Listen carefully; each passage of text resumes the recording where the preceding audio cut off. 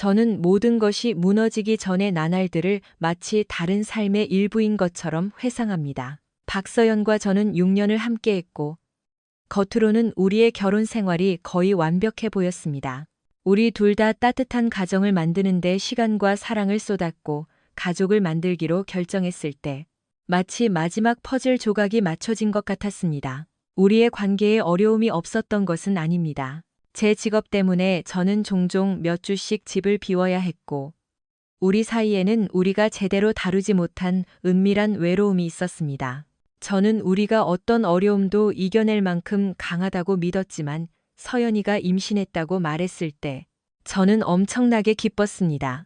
아버지가 된다는 생각은 저에게 새로운 삶의 목적을 주었고, 저는 아기를 맞이할 준비에 온 마음을 쏟았습니다. 우리는 이름을 고르고 아기 방을 칠하고 미래를 계획하는데 몇 시간을 보냈습니다. 저는 심지어 그녀와 아기와 더 많은 시간을 함께 보내기 위해 집 근처에서 일하기 시작했습니다. 몇 달 동안 삶은 멋진 궤도를 달리고 있는 것처럼 보였지만 저는 곧 표면 아래에서 모든 것이 무너지기 시작했다는 것을 알게 될 것입니다. 거의 완벽했던 그 풍경은 잡지 표지에 나올 만한 종류는 아닐지라도 가족의 행복에 대한 향수를 불러일으키는 그림이 제 마음속에 떠오릅니다. 제 장모님인 강민지는 병상 한쪽에 서 계셨고, 제 어머니 김혜숙은 다른 한쪽에 서 계셨으며, 두 분 모두 서연이와 갓 태어난 우리 딸이 수유하는 모습을 지켜보고 계셨습니다. 신생아들은 종종 전통적인 의미에서 귀엽지 않지만 부모와 조부모에게는 완벽합니다. 딸을 바라보며 저는 우리 딸 이서아리, SOA가 정말 아름답다는 것을 부인할 수 없었습니다. 아기의 피부는 붉은색에서 부드러운 분홍빛으로 바뀌었고, 출생 시의 태지는 깨끗하게 닦여 있었습니다. 심지어 처음에는 원뿔 모양이었던 아기의 머리도 둥글게 변해 아기에게 부드럽고 천사 같은 모습을 주었습니다. 저는 아기가 지난 6년간 제 삶의 사랑이라고 여겼던 서연, 제 아내를 닮아 자랄 것이라는 느낌을 받았습니다. 저는 서연이가 아기에게 젖을 물리는 동안 두 어머니가 모두 불필요한 조언을 해주는 것을 묵묵히 지켜보았습니다. 하지만 서연이는 능숙해 보였는데 아마도 우리가 참석했던 모유 수유와 신생아 돌보기를 포함한 육아 교실 덕분일 것입니다. 제가 한쪽으로 비켜섰을 때 간호사와 다른 여성이 방으로 들어왔습니다. 이분은 행정실의 김 주임입니다. 간호사 저는 그녀의 이름이 기억나지 않습니다. 는 저희에게 작성할 출생 신고서를 건네주었습니다. 다른 환경에서는 상의를 탈의하고 아기에게 젖을 물리는 여성이 이상하게 보일 수 있지만 여기서는 정상입니다. 김 주임은 서연이에게 천천히 하세요. 아기에게 젖을 다 먹이세요라고 말했습니다. 준비가 되면 표시된 부분을 작성해 주세요. 출생 날짜와 장소와 같은 필요한 정보의 대부분은 이미 당신의 병원 기록에 있을 것입니다. 하지만 우리는 또한 당신의 전체 이름, 결혼 전성, 나이, 그리고 몇 가지 다른 정보도 필요합니다. 나머지 세부 사항은 저희가 처리하고 관할 법원에 보낼 것입니다. 몇 주 안에 우편으로 출생 증명서를 받게 될 것입니다. 그런 다음 김 주임은 몸을 돌려 나갔습니다. 자기야, 당신이 세부 사항을 작성해주면 안 될까요? 서연이가 웃으며 말했습니다. 저는 그 미소에 응답하지 않았습니다. 아니, 나는 당신이 아기에게 바쁘지 않을 때 나중에 당신이 하는 것이 좋겠다고 생각해요. 제가 대답했습니다. 게다가 나는 내가 정말 아기의 아버지인지 확인하기 위해 친자, 확인, DNA 테스트 결과를 기다려야 할 것 같아요. 이것이 영화였다면 LP판 바늘이 긁히는 소리가 멈추고 모든 것이 얼어붙는 소리를 상상할 수 있을 것입니다. 4명의 여성 중 3명이 놀라 입을 벌린 채 저를 쳐다보았습니다. 네 번째, 아기는 쳐다보지 않은 유일한 사람이었지만 갑작스러운 수유 중단으로 인해 소리를 낸 유일한 사람이기도 했습니다. 아기의 울음소리는 군중의 외침을 거의 압도하지 못했습니다. 제 장모님 민지가 처음으로 입을 열었습니다. 당신 미쳤어요? 감히 어떻게 그런 말을 할 수 있어요? 그녀는 소리쳤고 서연이를 힐끗 쳐다봤습니다. 서연이의 표정은 놀라움에서 당황함으로 그리고 마침내 분노로 변했습니다. 감히 어떻게? 나에게 다른 남자의 아기를 가졌다고 비난하는 거예요? 나를 어떤 여자로 생각하는 거예요? 서연이가 반격했고 멈칫하며 억지로 웃으려고 했습니다. 오, 알겠어요. 오늘이 만우절이군요. 우리를 놀리는 거죠? 전혀 재미없어요. 당신은 그럴 사람이 아니잖아요. 그녀의 몸짓 언어는 다르게 말하고 있었고 그녀의 충격은 명백했습니다. 저는 서서 그녀를 바라보았습니다. 저는 완전히 진심입니다. 저는 차갑게 말했습니다. 제가 아기의 아버지가 아닐 가능성이 있습니다. 어떻게 감히 내가 당신을 배신했다고 생각할 수 있어요? 내가 당신에게 의심할 만한 어떤 이유라도 준 적이 있나요? 내가 당신에게 어떤 것을 주었다고 말해보세요. 그녀는 제 질문을 무시하고 다른 사람과 관계를 맺고 있다고 생각하게 만들었나요? 라고 주장했습니다. 저는 계속했습니다. 그래서 당신은 당신의 친숙한 대답, 부인, 부인, 부인으로 돌아가는군요. 게다가 당신은 그것을 진지한 얼굴로 하는군요. 솔직히 감동받았어요. 저는 장모님에게로 돌아서서 말했습니다. 어머니, 오늘 오후에 아기를 집으로 데려가실 수 있도록 카시트를 어머니 차로 옮겨야 할 것 같아요. 어머니와 우리 어머니 모두 이전에 제안하셨지만 우리가 혼자서 할 수 있다고 고집했음에도 불구하고 서연이는 정말로 지원이 필요할 거예요. 저는 여기에 없을 테니까요.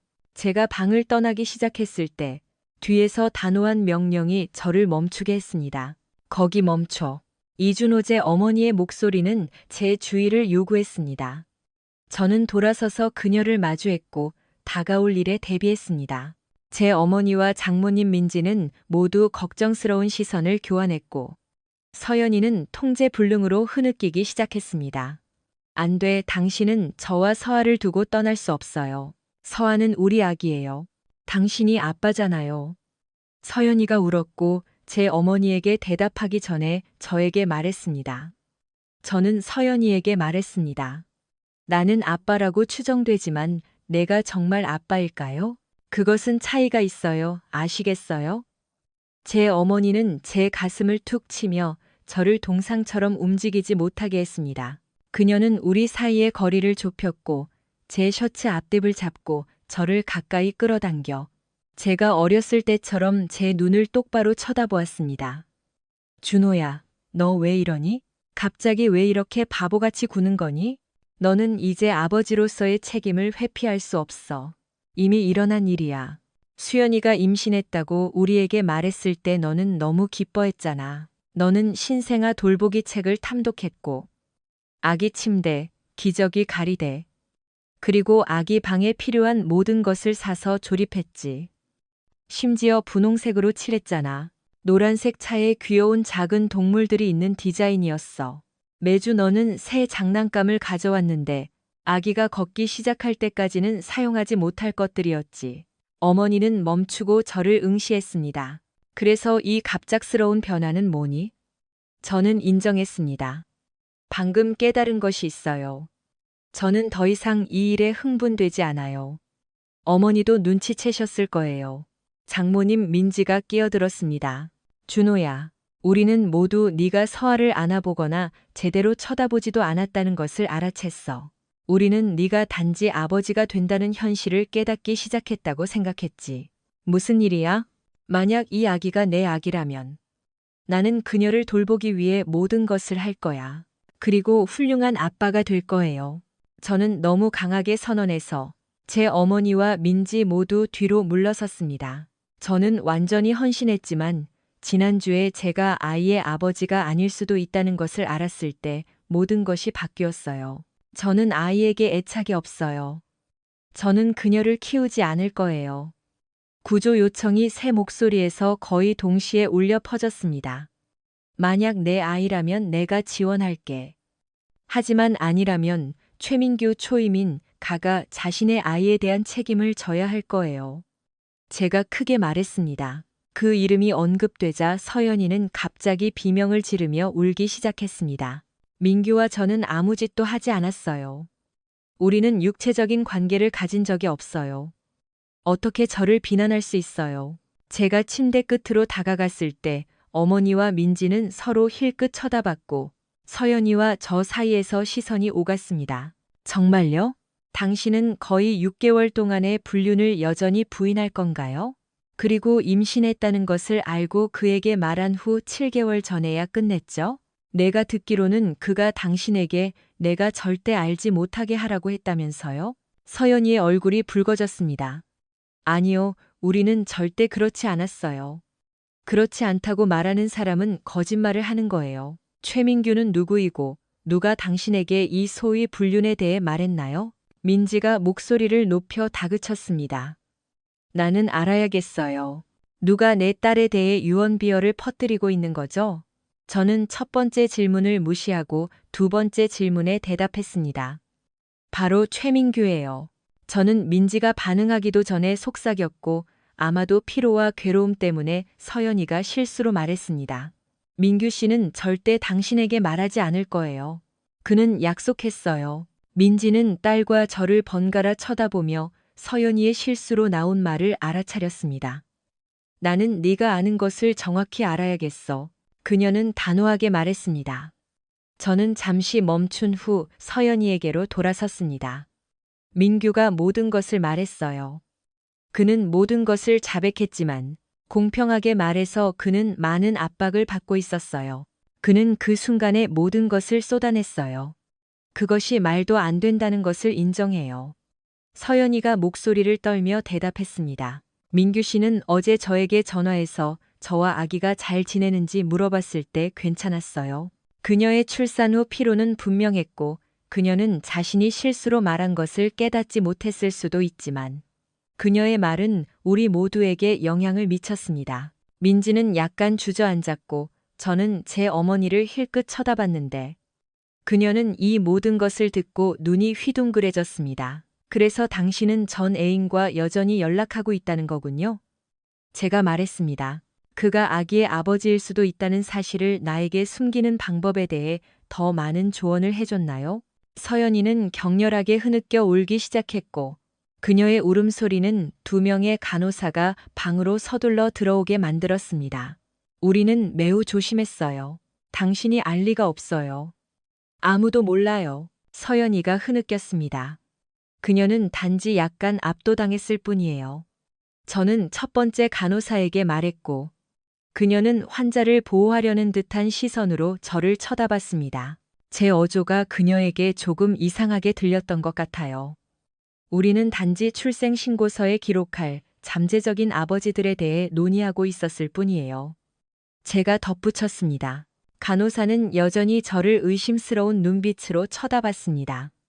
그녀는 저에게 제 이름을 적어달라고 요청하는 것 같았지만 저는 기다리는 것을 선호합니다.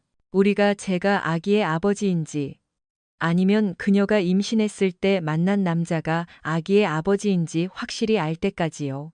저는 간호사의 얼굴 표정에서 그녀가 상황을 이해하기 시작했다는 것을 알 수 있었습니다. 그녀는 서연이를 위로하는 데 집중했습니다. 박 씨, 진정하세요. 출산 때 배웠던 호흡법을 기억하세요. 필요하다면 유미 씨가 약을 가져다 줄 수 있지만 먼저 자연적인 방법을 시도해 봅시다. 우리는 아기의 모유에 어떤 것도 전달되는 것을 원하지 않으니까요. 맞죠? 자, 심호흡부터 시작해요. 저와 함께 들이마시세요. 제가 간호사가 서연이를 위로하는 것을 지켜보는 동안 저는 제 어머니와 장모님이 다가오는 것을 알아차리지 못했습니다. 무슨 일인지 설명해야 해. 제 어머니가 날카롭게 속삭였습니다. 저는 깜짝 놀랐습니다. 어머니는 드물게 그런 말을 하셨지만 오늘 2번이나 하셨습니다. 분명히 큰일이 벌어지고 있어요. 서연이의 반응으로 판단컨대요. 장모님이 덧붙였습니다. 나는 전체 이야기를 알고 싶어. 무엇이, 언제, 그리고 어떻게. 이것은 완전히 예상치 못한 일이야. 글쎄요. 이미 분명해야 할 것 같아요. 저는 두 여성을 노려보며 대답했습니다. 저는 그들의 분노의 대상이 되는 것에 짜증이 나기 시작했습니다. 서연이가 아니었어요. 그녀는 임신했을 때 직장 동료와 관계를 맺고 있었어요. 저 말고 다른 남자가 있었어요. 다른 사람들은 없었는지 모르겠어요. 서연이는 놀랍게도 빨리 진정했고 불과 몇 분 전까지만 해도 그녀는 무너질 것 같았습니다. 우리는 매우 조심했어요. 그녀는 절망적인 목소리로 물었습니다. 왜요? 저는 어머니와 민지에게서도 비슷한 질문하는 눈빛을 보았습니다. 그들은 더 알고 싶어 했습니다. 네, 당신들은 매우 은밀했어요. 저는 몰랐어요. 저도 몰랐어요. 저는 인정했습니다. 하지만 민규는 그의 매력적인 성격 때문에 자랑하지 않고는 견딜 수 없었어요. 이번에 그는 그의 정복들을 과시해야 했어요. 가장 최근의 정복을 그는 막을 수 없었죠. 정유미 종유를 아시나요? 제가 물었고 서연이는 고개를 끄덕였습니다. 유미는 그녀의 직장 동료였고 수년 동안 함께 일했습니다. 유미와 그녀의 남편 김성현, 김세영휴는 우리 친구 그룹의 일부였습니다. 민규는 유미에게 호텔에서 만나자고 거의 설득할 뻔했습니다. 유미의 가장 큰 두려움은 민규가 발설하여 그녀의 남편이 알게 되는 것이었습니다. 그녀는 민규가 침묵을 지킬 수 있을지 확신하지 못했고, 그래서 민규는 자신이 비밀을 지킬 수 있다는 것을 증명하기 위해 과거의 연애사 당신이 무엇이라고 부르든 정복, 바람, 여자친구에 대한 세부 사항을 말해 주었습니다. 그는 몇 가지 세부 사항을 흘렸습니다. 그는 이름을 언급했고 그녀를 설득하기에 충분한 세부 사항을 제공했으며 심지어 그녀에게 공개적인 여자친구 외에 다른 누구와 관계를 맺었는지 기혼 여성이나 직장 내 미혼 여성 중에서 짐작할 수 있는지 물었습니다. 당연히 그녀는 짐작하지 못했고 그래서 그녀를 더욱 설득하기 위해 그는 사무실의 몇몇 여성들을 언급했습니다. 당신은 민규 씨 전에 이지수를 알죠? 그녀는 남편이 의심한 후 몇 달 만에 물러났어요. 그 다음이 당신이었고 당신은 임신했다는 것을 알고 그에게 말한 후 6개월 만에 모든 것을 끝냈어요. 민규는 유미에게 자신의 남편, 즉 나에게 이 사실이 알려지는 것의 중요성을 이해시켰어요. 왜냐하면 그는 내가 당신을 떠나 양육비를 내지 않기를 원하지 않았기 때문이죠. 그동안 당신은 임신에 대해 매우 개방적이었어요. 당신은 너무 행복했고 직장 사람들에게 이 소식을 공유했죠. 하지만 당신의 흥분에도 불구하고 저는 당신이 아기의 아버지가 누구인지에 대해 조금도 걱정하지 않는다는 것을 알아챘어요. 당신은 내가 질문하지 않을 것이라고 가정했고, 심지어 내가 질문하더라도 나는 아이에게 헌신할 것이라고 생각했죠. 그리고 의심을 무시할 거라고 말이죠. 하지만 그것은 내가 기꺼이 받아들일 수 있는 것이 아니었어요. 저는 잠시 멈추고 제 말이 서연이의 마음에 스며들게 했습니다. 서연이는 침묵했고 그녀가 숨기려고 했던 감정들이 그녀의 얼굴에 드러났습니다. 민지와 어머니는 모든 단어를 흡수하며 주의 깊게 들었습니다. 그들은 저와 같은 대답을 원했습니다. 알고 보니 윤지수윤 GS 요슈가 민규의 다음 애인이었습니다. 그녀의 남편이 그녀가 갑자기 늦게까지 일하는 것에 대해 의심하기 시작했고, 그래서 그녀는 조심해야 했습니다. 그녀는 민규의 부적절한 생활로 인해 막내를 어린이집에서 늦게 데려간 적이 몇 번 있었습니다. 그는 유미에게 관심을 돌렸고 제가 말했듯이 다시 성공했습니다. 그는 사람의 마음을 끄는 사람이며 그녀를 정복하기 위해 그녀가 듣고 싶어하는 것을 정확히 말했습니다.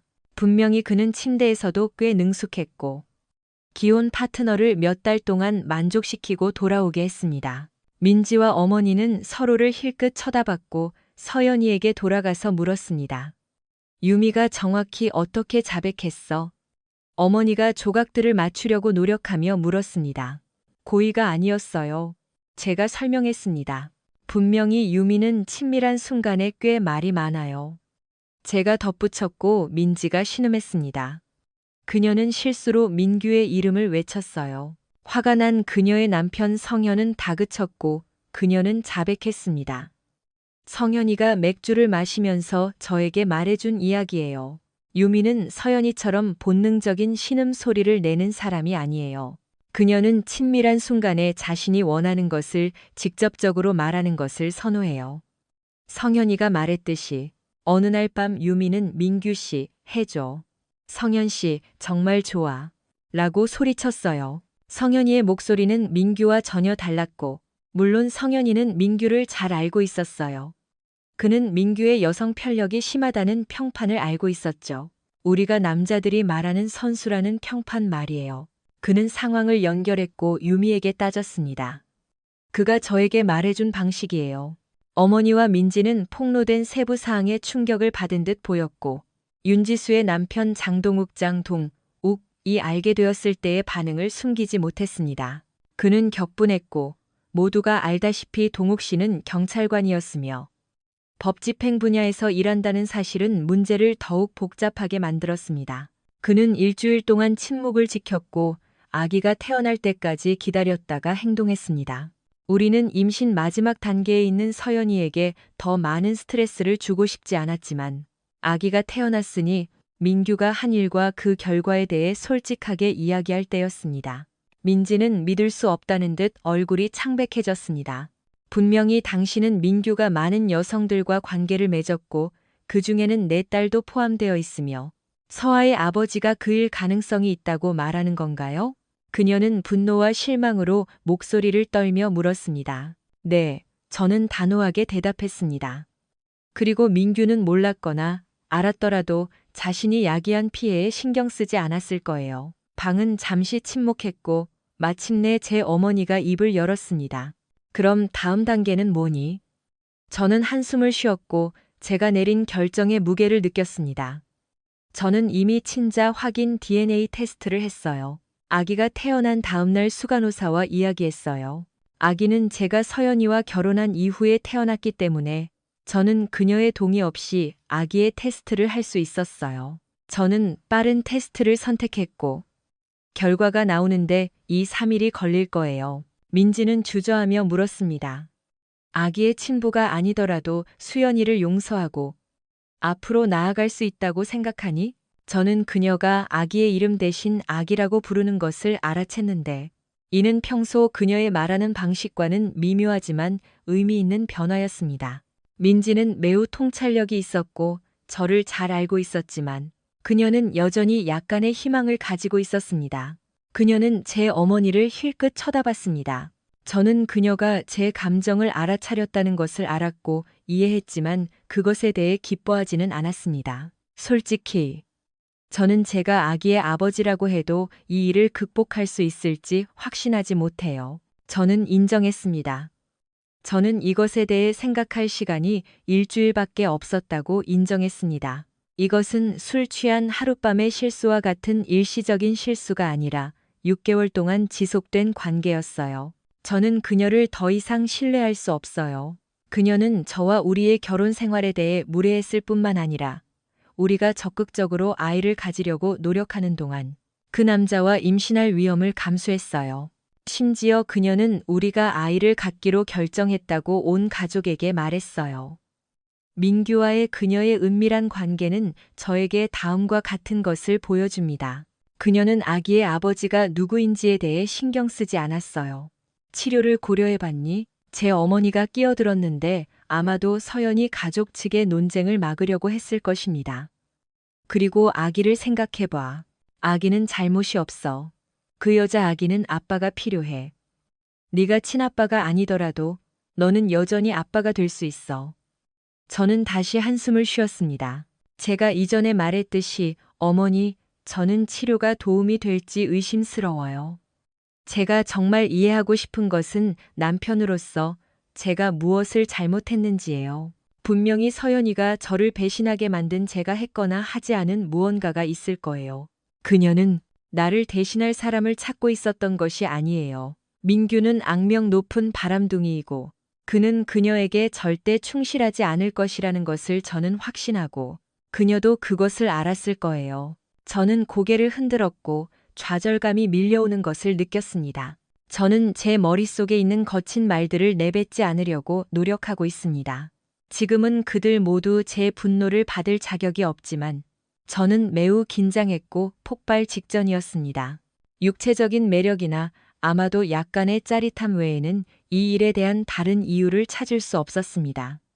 저는 우리의 관계가 매우 강하다고 생각했습니다. 두 여성 모두 제가 계속 말하는 동안 조용히 들었습니다. 어머니가 말했듯이 제가 알게 된 이후로 제가 얼마나 무너졌는지 상상하실 수 있을 거예요. 저는 아버지가 되는 것에 대해 너무 흥분했는데 갑자기 모든 것이 무너졌어요. 제 세상이 산산조각 났어요. 솔직히 말해서 지금 저는 제가 아기의 아버지가 아니기를 거의 바랍니다. 두 여성 모두 제 고백에 놀란 듯 보였고, 그렇게 하면 제가 시간제 아빠가 될 필요가 없을 것이기 때문이었습니다. 솔직히 저는 아기가 제 아이라도 서연이와 교류하는 것을 참을 수 있을지 확신하지 못해요. 그것은 많은 치료가 필요할 거예요. 바로 그때 간호사가 방에서 나와 말했습니다. 폰트 씨, 아니 당신의 아내가 당신과 이야기하고 싶어 합니다. 그녀는 당신이 여전히 여기에 있다는 것을 알고 있다고 말합니다. 그녀의 어머니가 돌아왔을 것입니다. 그녀는 적어도 제가 보기에는 제 감정에 공감하는 것처럼 보였지만 제가 다시 안으로 들어가기도 전에 저를 멈춰 세웠습니다. 만약 네가 안으로 들어간다면 침착함을 유지할 수 있기를 바란다. 네가 화가 났다는 것을 알지만 제발 그녀를 더 이상 화나게 하지 마. 우리는 진정제를 사용하는 것을 피하고 싶어. 그녀는 오늘 오후에 퇴원할 예정이고 그녀에게 아기의 모유를 통해 아기에게 전달될 수 있는 약을 더 주는 것은 이상적이지 않을 거야. 네가 들었던 산전 수업을 바탕으로 너는 초유와 조기 수유의 중요성을 알 거라고 확신한다. 아기에게 모유는 면역 체계에 좋아요. 저는 고개를 끄덕였고 그가 누구의 아기이든 상관없이 아기의 건강에 대한 저의 관심사를 이용하고 있다는 것을 깨달았습니다. 아마도 너는 아기의 엄마와 이야기해야 할 것 같아. 그녀는 부드럽게 제안했습니다. 민지와 너는 커피를 마시러 갈 수 있어. 나에게 차키를 줘. 그리고 우리가 카시트를 옮길게. 너는 네가 끝날 때까지 기다릴게. 아, 그리고 네가 가기 전에 신생아실에 들러서 서아를 자세히 봐. 엄마는 아기가 네가 어렸을 때와 많이 닮았다고 생각해. 저는 헛된 희망을 품고 있는 건가요? 아니면 어머니는 단지 보고 싶은 것만 보는 건가요? 제가 물었습니다. 그녀는 어깨를 으쓱했습니다.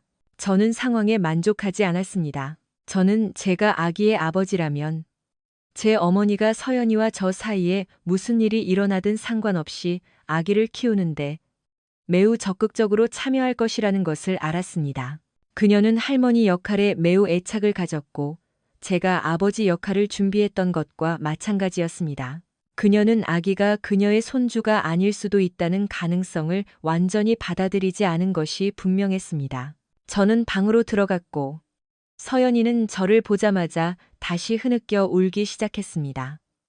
당신은 분명히 나를 미워할 거예요. 그녀는 흐느꼈습니다.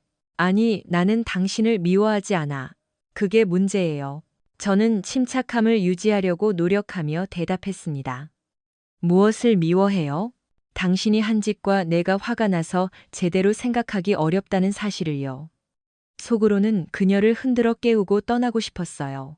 아기가 내 아이일 가능성이 조금도 없었다면 저는 오래전에 떠났을 것입니다. 하지만 저는 답이 필요해요. 당신은 지금 당장 정말로 이야기하고 싶어요. 아니면 이 모든 것을 어떻게 설명할지 생각할 시간을 며칠 더 원해요? 제가 물었고 제 목소리에는 명백한 날카로움이 있었습니다. 저는 며칠 더 필요하지 않아요. 서연이가 말하기 시작했지만 저는 그녀의 말을 끊었습니다. 제가 답을 원하지만 당신은 내가 당신의 외도를 알게 될 경우 무엇을 말해야 할지 생각할 시간이 9개월이나 있었잖아요. 최민규와 바람을 피운 것을요. 그것은 제가 예상하지 못했던 일이에요. 제 목소리가 떨렸습니다. 제가 그의 이름 최민규를 말했을 때 저는 반복했고 몇 번 심호흡을 하기 위해 멈췄습니다.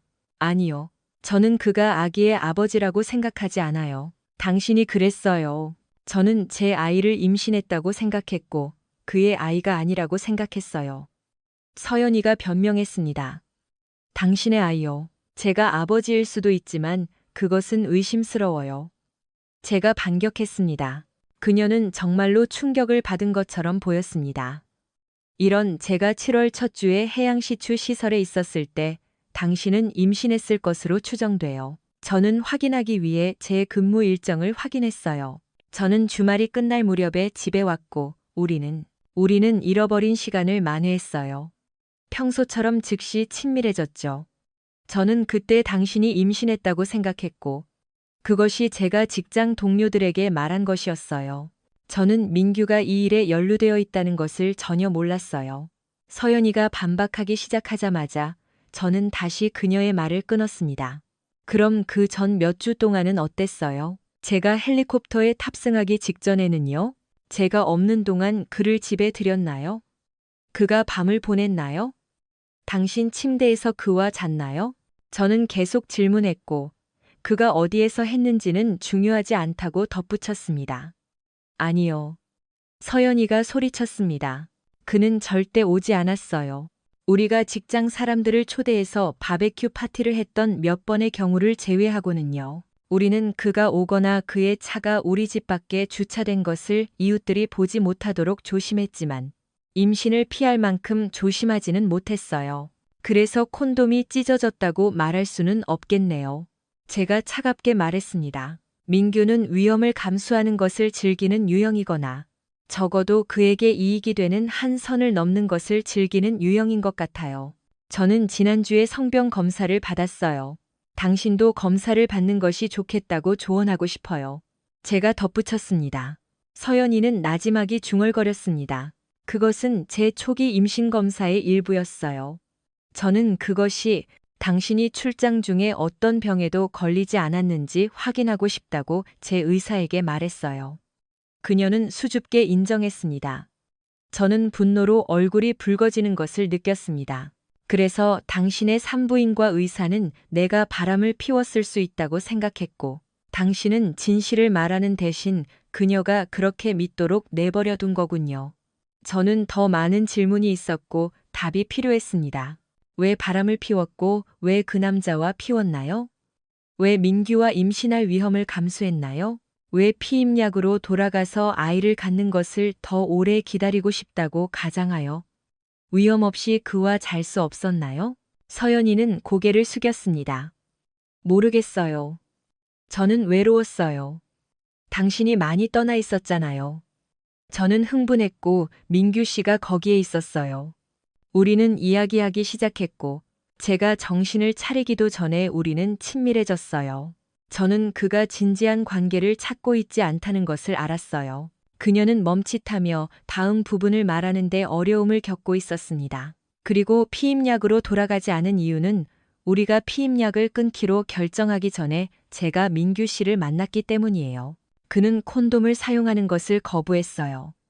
저는 위험을 약간 줄이기 위해 그 후에 샤워를 했어요. 그것이 가장 안전한 방법은 아니라는 것을 알지만 저는 그것이 최선의 선택이라고 생각했어요. 그녀는 비꼬는 듯이 중얼거렸습니다. 다리를 오므리고 있는 것이 더 나은 선택이었을 거예요. 서연이는 충격을 받은 것처럼 보였고 저는 더 많은 답을 얻기 전에 그녀가 침묵하지 않기를 바랐습니다. 그래서 당신은 임신하기 전 약 4개월 동안 나를 속였고 내가 질문한 후에도 2개월 더 계속했나요? 저는 대화를 계속하려고 노력하며 말했습니다. 서연이는 고개를 끄덕였습니다. 저는 임신했을 수도 있다고 의심했지만 확실해질 때까지 멈추고 싶지 않았어요. 저는 임신했다면 그를 계속 만나는 것이 괜찮을 거라고 생각하면서 스스로를 정당화했어요. 그녀는 자신의 단어 선택에 흠칫했습니다. 제가 아기 소식을 전한 후 민규 씨가 모든 것을 끝냈어요.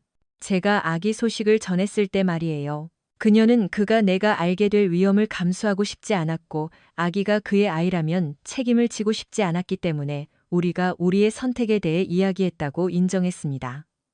네, 우리 둘 다 당신이 서아가 당신의 아이가 아니라는 것을 절대 의심하지 않을 것이라고 생각했죠. 그녀가 나지막이 말했습니다.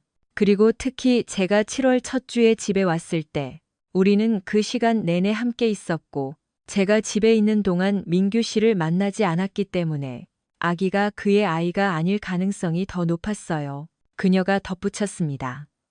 그래서 당신은 우리가 원하는 방식대로 우리를 부양하기 위해 내가 출장가 있는 동안 민규와 관계를 맺었군요. 제가 말했습니다. 저는 모든 것을 연결하려고 노력하고 있었습니다. 그것이 내가 자리를 비운 것에 대한 분노 때문이었는지 아니면 더 거친 질문을 하려다가 참았는지 말입니다. 서연이는 재빨리 고개를 흔들며 그러한 암시를 떨쳐내려고 했습니다. 아니요, 그렇지 않아요. 그녀는 주장했습니다. 그것은 전적으로 육체적인 욕망 때문이었어요. 당신이 떠나 있을 때 저는 불타는 욕망을 느꼈어요. 민규 씨와 저는 당신이 없을 때만 육체적인 친밀감을 가졌어요. 우리는 일주일에 서너 번 그의 집에서 만났어요. 우리는 조심했고 저는 매번 밤을 새지 않았고 마치 제가 대부분 집에 있었던 것처럼 보이려고 노력했어요. 우리는 직장에서는 절대 애정을 표현하지 않았어요. 그녀는 마치 오랫동안 스스로에게 정당화해 온 것처럼 말했습니다.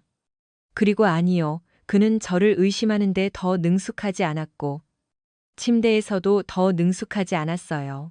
그녀는 제가 말하지 않은 질문을 감지하고 덧붙였습니다. 우리가 당신과 제가 일반적으로 하지 않는 어떤 것도 하지 않았어요. 단지 당신이 없을 때 그가 거기에 있었을 뿐이에요. 재미있고 흥미로웠어요. 그것이 제가 가장 잘 표현할 수 있는 방식이에요. 그리고 아니요, 저는 당신에게 복수하기 위해 그런 것이 아니에요. 그것은 저를 위한 것이었어요.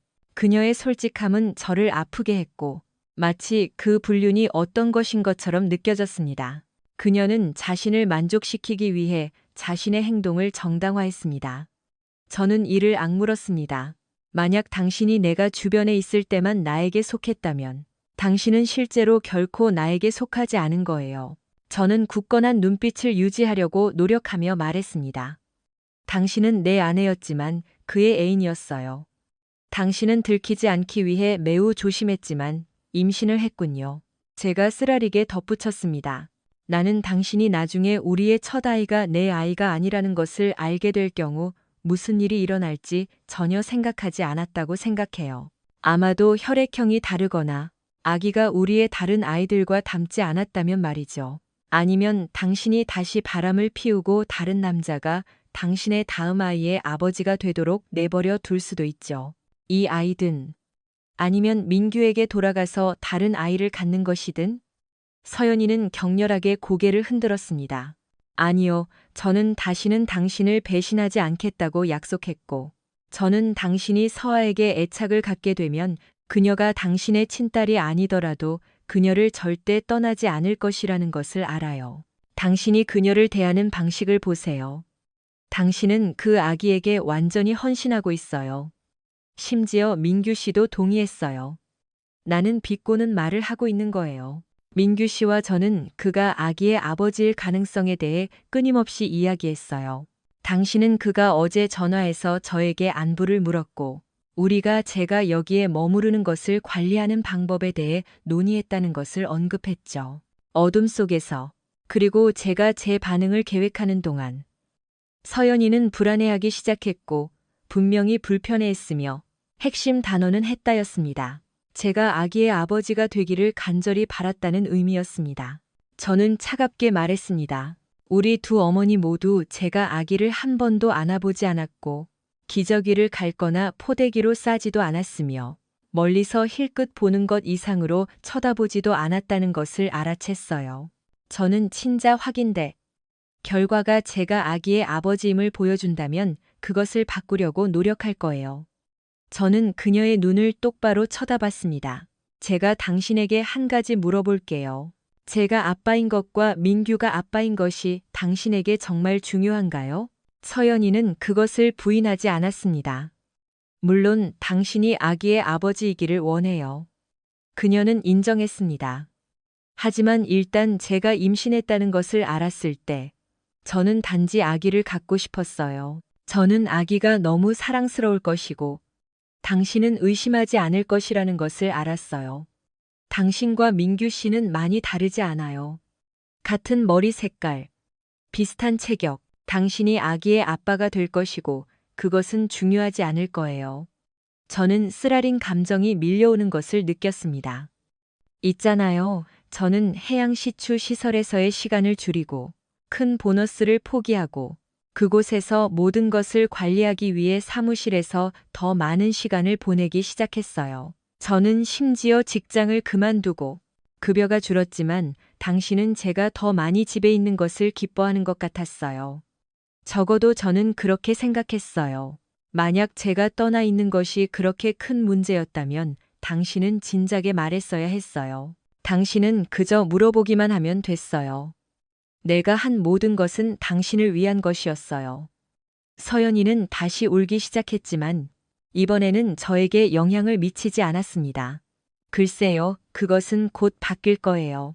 만약 제가 아기의 아버지가 아니라면 저는 해양시추시설로 돌아갈 거예요.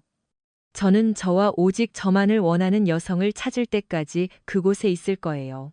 맹세를 지키지 않거나 제가 없는 동안 다리를 오므리지 않는 여성이 아닌 여성을요. 저는 화를 내며 말했습니다. 그녀의 눈물은 계속 흘렀지만 저는 그녀가 쓴 것을 거의 알아차리지 못했지만 저는 당신이 아기를 돌보는 것을 도와주어야 해요. 그녀는 흐느꼈습니다. 우리는 가족이잖아요. 우리는요? 우리는 지난 7개월 동안 잘 지냈어요. 저는 헌신적인 아내였고 그 이후로 다른 남자를 쳐다보지도 않았어요. 우리는 지금 당장 상담을 시도할 수 있어요. 그들이 여전히 우리를 지켜보고 있는지 모르겠어요. 만약 친자 확인 DNA 테스트 결과가 제가 아기의 아버지임을 보여준다면 우리는 해결책을 찾을 거예요. 하지만 지금 당장은 저는 여기에 머물지 않을 거예요. 결과가 나올 때까지요. 저는 제가 저에게 중요한 것들을 챙겼다고 덧붙였습니다. 그녀의 얼굴에는 충격이 역력했고 그녀는 믿을 수 없다는 듯 저를 쳐다봤습니다. 그녀는 물었습니다. 당신은 어디로 갈 거예요? 목소리를 떨며 두려움에 질려 속삭였습니다. 저는 아파트를 빌렸어요. 지난주에 준비했어요. 저는 아기가 태어날 때까지 기다리고 싶었어요. 제가 차갑게 말했습니다. 민지가 일시적으로 당신과 함께 머무를 것이고 아마도 제 어머니도 도와줄 거예요. 그녀는 아기가 그녀의 손주이기를 바라고 있어요. 저는 말을 마치고 돌아서서 방을 나섰습니다. 서연이는 계속 울었지만 이전만큼 격렬하지는 않았습니다. 나가는 길에 저는 문 밖에서 엿듣고 있던 민지와 제 어머니와 거의 부딪힐 뻔했습니다. 네, 들었어요. 고소하세요. 민지가 쓰라리게 말했습니다. 하지만 희망을 버리지 마. 화해할 가능성이 있어. 특히 서아가 내 딸이라면 말이야. 그녀가 덧붙였습니다. 저는 그녀를 향해 돌아섰고 제 목소리는 날카로웠습니다. 정말요? 당신은 들었다고 말했지만 핵심 요점을 놓쳤나요? 예를 들어 그녀는 외도에 대해 한 번도 사과하지 않았다는 것. 그녀는 죄책감을 느끼지 않고 단지 자신이 외롭고 흥분했다고 정당화했어요. 마치 그것이 모든 것을 변명할 수 있는 것처럼 말이죠. 그녀는 내가 아기의 아버지인지 아닌지조차 신경 쓰지 않았어요. 그녀는 단지 내가 받아들이고 이 모든 것을 처리해 주기를 바랄 뿐이었어요. 역겨워요. 민지는 제 신랄함에 놀란 듯 보였고 그녀의 눈은 눈물로 가득 찼습니다. 어머니가 상황을 진정시키려고 개입했습니다. 우리는 카시트를 옮기고 고정시킬게. 어머니는 부드럽게 말했습니다. 나는 짐을 싸서 며칠 동안 여기에 머무를 거야. 네가 아기의 아빠가 아니더라도 말이야. 서연이는 6년 동안 내 딸이나 다름없었어. 나는 그녀를 버릴 수 없어. 적어도 아직은 아니야. 하지만 오해하지 마. 나는 그녀가 한 일을 용납하지 않아. 나도 화가 났어. 만약 그녀가 방금 출산하지 않았다면 나는 민지와 내가 그녀에게 그녀가 얼마나 어리석었는지 말했을 거라고 생각해. 저는 고개를 끄덕였고 어머니의 솔직함에 감사했습니다.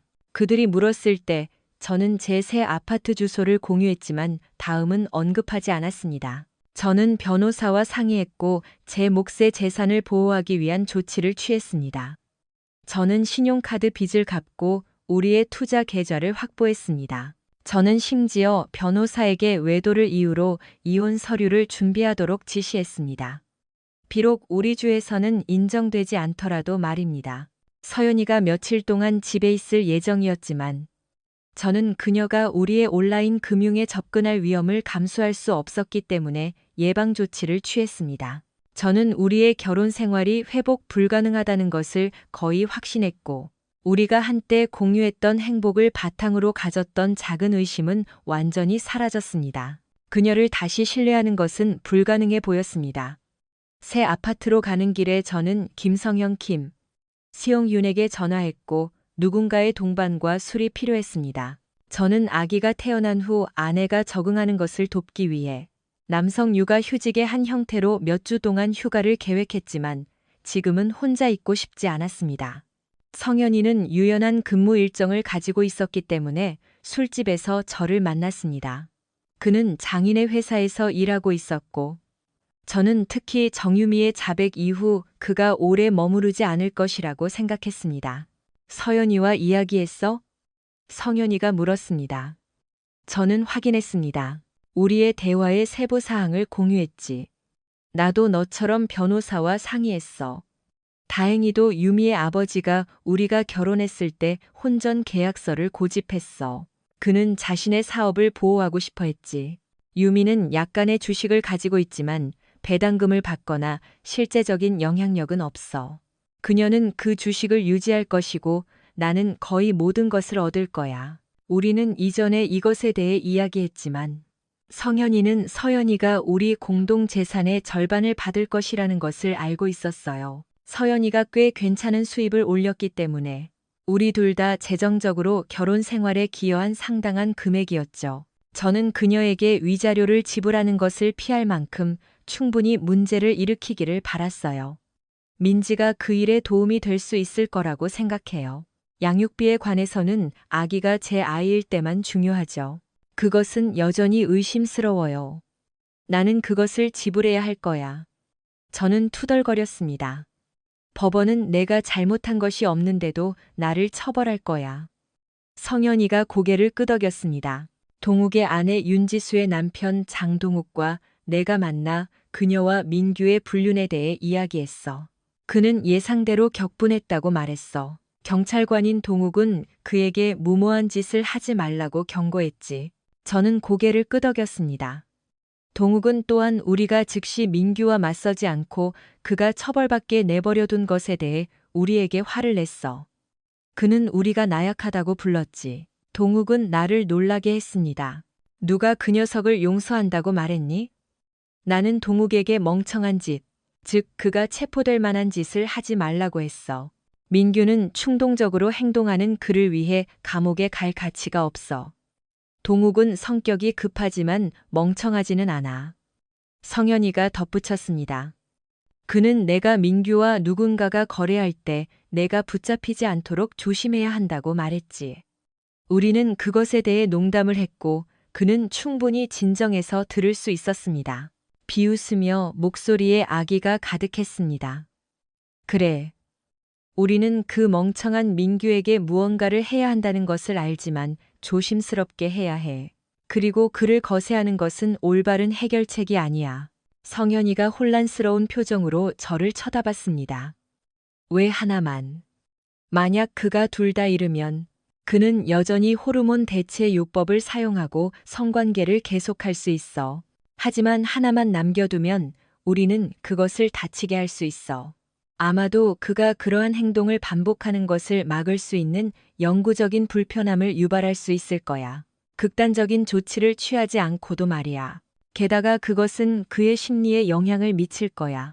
저는 크게 웃었고 결국 성현이가 동욱과 경찰관에게 제 아이디어를 공유할 것이라는 것을 알았습니다. 그는 이미 그들과 이야기했고 그들이 유머를 이해할 것이라는 것을 알았습니다. 이틀 후 저는 서연이와 제가 살았던 집을 방문했습니다. 민지가 문을 열었습니다. 당신은 시간을 낭비하지 않는군요. 그렇죠? 무엇을 원해요? 그녀가 쓰라리게 물었습니다. 서연이가 오늘 아침에 이혼 서류를 받았어요. 저는 죄책감과 약간의 안도감을 느끼며 말했습니다. 그녀는 그 이후로 계속 울고 있어요. 그는 그 이후로 계속 울고 있어요. 서아를 돌볼 때만 괜찮아 보여요. 당신을 비난할 수는 없지만 좀 더 기다려야 했다고 생각해요. 그녀는 정말 괴로워하고 있어요. 그녀는 이 모든 일 후에 다른 관계를 생각조차 하지 않을 거라고 저는 의심해요. 만약 당신들이 상담을 받는다면 화해할 기회가 있다고 생각하니? 민지는 여전히 약간의 희망을 품고 물었습니다. 저는 고개를 흔들었습니다. 저는 이미 우리가 커플로서 미래가 없다는 것을 확신했고, 이것은 단지 그것을 확인시켜 줄 뿐이에요. 저는 그녀에게 친자 확인 DNA 테스트 결과를 건네주었습니다. 아기는 제 아이가 아니에요. 민지는 봉투를 바라보았고, 눈물이 그녀의 얼굴을 타고 흘러내렸습니다. 그녀는 상심했고, 깨진 희망과 꿈의 무게가 그녀에게 짓눌렸습니다. 마지막 포옹 후, 그녀는 딸에게 소식을 전하기 위해 돌아섰습니다. 저는 이미 제 어머니에게 말했어요. 그녀는 손주가 될 기회를 잃은 것에 깊이 실망했지만, 서연이의 외도에 너무 화가 나서 친자 확인, DNA 테스트 결과를 기다리는 동안 민지와 서연이와 함께 있지 않기로 결정했어요. 그녀 또한 서연이와 민규의 배신으로 고통받는 사람이었어요. 며칠 동안 온 동네는 민규와 기혼 여성들과의 불륜에 대해 떠들썩했습니다. 그 후 며칠 동안 성현, 동욱 그리고 저는 아내들과 맞섰고, 우리는 그의 이름을 언급하는 것을 주저하지 않았습니다. 사실 우리는 그의 행동을 폭로하는 데 중점을 두었습니다.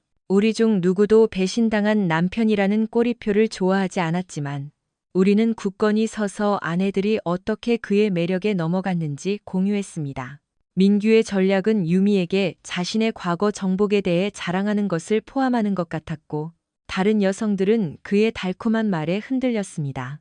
겉보기에 행복해 보이는 결혼 생활에도 불구하고 그들은 민규의 매력에 이끌렸고, 그가 제공하는 것을 즐겼습니다.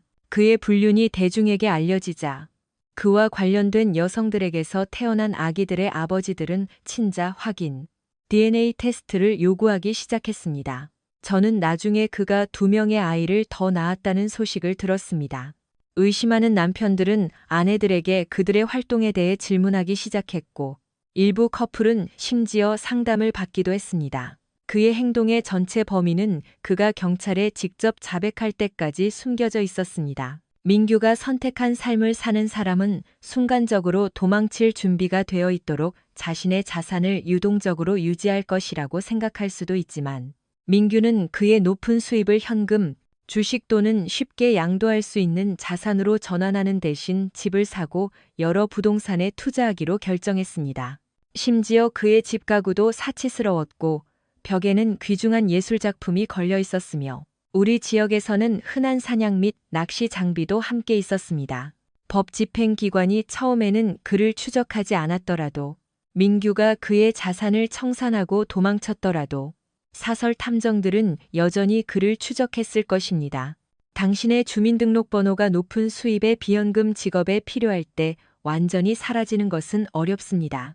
당신이 얼마나 멀리 도망치든 상관없이 말입니다. 민규는 자신이 처한 위험을 완전히 파악하지 못했을 수도 있습니다. 지리적으로 그는 남편들의 분노를 심각하게 과소평가했습니다. 그는 즉시 지역을 떠나는 대신 머물렀고 대가를 치렀습니다. 그의 불륜 소문이 퍼진 지 불과 며칠 후, 민규는 아침 조깅 중에 그의 집 근처 보도에서 발견되었습니다. 그는 충격 상태였고 거의 의식이 없었습니다. 지나가던 조깅하는 사람이 그를 발견하고 즉시 구급차를 불렀습니다. 그녀는 그의 팔을 등 뒤로 묶고 있는 끈을 자를 수 없었고, 그를 뒤집으려고 했을 때 그가 비명을 질러서 그녀는 상황을 악화시킬까 두려워 현명하게 멈췄습니다. 구급대원이 도착했을 때 그들은 그의 사타구니가 으스러진 것을 발견했습니다. 사용된 도구는 3파운드 슬래지, 해머 3파운드짜리 망치였습니다. 저는 술집에서 경찰관인 장동욱에게서 이 세부 사항을 들었습니다. 그는 성현, 동욱, 그리고 저에게 농담 반 진담 반으로 이 이야기를 공유했고, 2명의 형사가 농담으로 그에게 만약 그가 미스터리한 조직이 묻은 3파운드 망치를 발견한다면 그것을 떼패 던지라고 말했다고 언급했습니다. 나는 그 남자의 남성기에 무슨 일이 일어났는지와 아무 관련이 없어. 나는 단지 내 동료 경찰관들이 나에게 말해준 것을 전달할 뿐이야. 동욱은 교활한 윙크와 간신히 감춘 미소를 지으며 말했습니다. 민규는 누가 자신을 공격했는지 전혀 몰랐습니다. 그는 초인종이 울리는 소리를 희미하게 기억했고, 그것이 지난밤 늦게였는지 아니면 그날 아침 일찍이었는지는 기억할 수 없었습니다. 어두웠고 그는 잠들어 있었습니다. 그들이 테이저건을 사용했다고 생각해요. 민규는 수사관들에게 말했습니다. 그들은 아래쪽을 몇 번 충격했어요. 그것은 기억나요. 2명이었을 수도 있지만 확실하지 않아요. 저는 정신이 나갔어요. 그들 중 한 명이 다른 남자의 아내를 탐하지 말라고 말했던 것이 기억나요. 그 후에는 견딜 수 없는 고통뿐이었죠. 당연히 자신을 공격한 사람들을 법의 심판대에 세우고 싶었던 민규는 수사관들에게 지난 몇 년 동안 자신이 관계를 맺었던 모든 여성의 이름을 알려주었습니다. 기혼이든 아니든 말입니다. 목록은 놀라울 정도로 길었고 따라야 할 단서가 너무 많았기 때문에 수사는 복잡해졌습니다. 수많은 용의자에도 불구하고 누구에게도 확실한 증거가 발견되지 않았고 공격 시점이 불분명했기 때문에 알리바이를 확인하기 어려웠습니다. 사적으로 동욱은 성현과 저에게 수사 형사들이 최민규가 마땅히 받아야 할 것을 받았다고 믿는다고 털어놓았습니다. 몇 달 후 수사는 흐지부지 되고 미궁에 빠졌습니다. 예상대로 서연이는 우리 공동 재산의 절반을 받았습니다. 집은 팔렸고 새 가족이 이사와서 제가 힘들여 작은 동물 디자인으로 칠했던 아기방의 어린 딸을 데려왔습니다. 저는 그들이 제가 쏟은 정성을 알아주기를 바랐습니다. 서연이는 아기를 혼자 돌보는데 어려움을 겪었기 때문에 어머니의 집으로 돌아갔습니다. 적어도 민지와 함께라면 외롭지 않을 것입니다. 저는 더 이상 그녀의 연애 생활에 관심이 없었습니다. 서연이는 한 번 저에게 전화해서 사과했는데 아마도 민지의 압력 때문이었을 것입니다. 하지만 그녀는 무엇에 대해 사과하는지 명확히 밝히지 않았습니다. 외도 때문인지, 다른 남자와 임신한 때문인지, 아니면 제가 알게 되어 이혼한 때문인지 말입니다. 저는 묻지 않았습니다. 그때쯤 저는 이미 그녀에게서 벗어났습니다. 그녀가 만나서 이야기하자고 제안했을 때 저는 거절했습니다. 그녀는 또한 민규의 상황에 대해 아는지, 그리고 제가 어떤 관련이 있는지 물었습니다. 저는 그저 그는 마땅히 받아야 할 것을 받았어요. 라고 말하고 전화를 끊었습니다. 그 후 우리는 다시는 이야기하지 않았고 모든 것은 우리의 변호사를 통해 처리되었습니다. 저는 서연이가 민규가 자발적으로 양육비를 지불하지 않을 것이라는 것을 알면서도 법적으로 그에게 양육비를 지불하도록 강요하는데 얼마나 많은 돈을 쓸지 종종 궁금했습니다. 그녀는 결국 그것을 얻겠지만 변호사를 고용하는 것은 그녀의 저축을 고갈시킬 것입니다. 민규는 몇 가지 유사한 소송에 직면해 있었고 저는 그가 자신의 부동산을 판매하는 것을 막기 위한 조치가 취해지고 있다는 소식을 들었습니다. 그의 의료비, 법률 비용, 그리고 다가오는 양육비 의무 사이에서 그에게는 남는 것이 거의 없을 것입니다. 그리고 그것은 그가 그의 직업을 유지할 수 있다고 가정했을 때의 이야기입니다. 18개월 후 새벽 3시에 저는 멕시코만의 이콘 626 시추 장비의 하부 난간에 기대어 서 있었습니다. 시원한 가을바람은 상쾌했고 제 가벼운 바람막이는 저를 따뜻하게 해주었습니다. 이것은 제 마지막 정기적인 시추 장비 방문 중 하나였습니다. 저는 한 여성을 만났고 그녀를 추구할 가치가 있다고 결정했습니다. 우리는 좋은 연결감을 가졌고 그것이 어디로 이어질지는 확신하지 못했지만 이제 저는 미래에 열려 있었습니다. 2번 거절했던 본사의 직책 제안을 받아들일 때였습니다. 제가 재킷 지퍼를 열었을 때 저는 제 벨트 위에 매달려 있는 덩어리의 무게를 느꼈습니다. 저는 여러 번 그것을 없애려고 노력했지만 그것을 놓아줄 수 없었기 때문에 그것의 끈기는 저를 혼란스럽게 했습니다. 그것을 가지고 있는 위험은 말이 되지 않았지만 그것은 저에게 이상한 위안을 주었습니다. 그것은 마치 제가 저 자신을 되찾은 것과 같았습니다. 더 이상 생각하지 않고 저는 숨겨진 곳에서 무거운 망치를 꺼내 바다에 던졌습니다. 업데이트. 병원에서 서연이와 서아를 뒤로하고 걸어 나온 그 순간 이후 세상은 느려지는 것 같았습니다.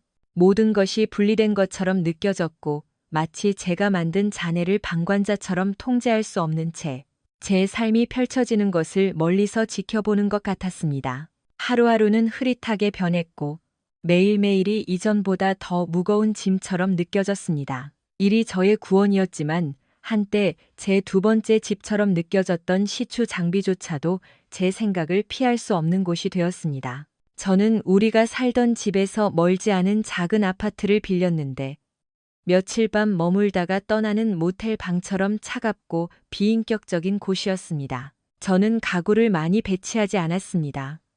무슨 소용이 있겠습니까? 어차피 저는 대부분의 시간을 집 밖에서 보냈습니다. 일하지 않을 때는 술집에서 맥주를 마시며 제 상처 입은 자존심을 달랬습니다.